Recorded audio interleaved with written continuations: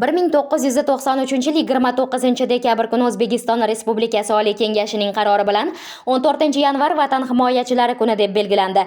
Vatanni himoya qilish, uni ko'z qorachig'idek asrab-avaylash yurtning har bir farzandi vazifasidir.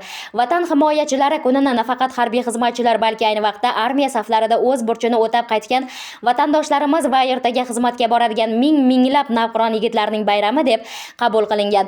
Ona yurtimiz albatta doim o'zining mard jasur yigitlari bilan faxrlanib kelgan. Yigitlarimiz ota-ona va oilasi o'zi yashayotgan yurt tuprog'ini muqaddas bilib, vatan himoyasi uchun doimo shay turishni burch deb hisoblagan. Ushbu bayramning nishonlanishi xalqimizning o'z milliy armiyasiga nisbatan cheksiz hurmatini, alp yigitlarga nisbatan iftixorini bildiradi. Bugungi bayram munosabati bilan O'zbekiston Respublikasi Qurolli Kuchlar bosh qo'mondoni Shavkat Mirziyoyev Miromonovich qolaversa, butun O'zbekiston posbonlarini bayram bilan chin qalbimizdan samimiy muborakbod etamiz. Hurmat bilan Surayyor Yimova.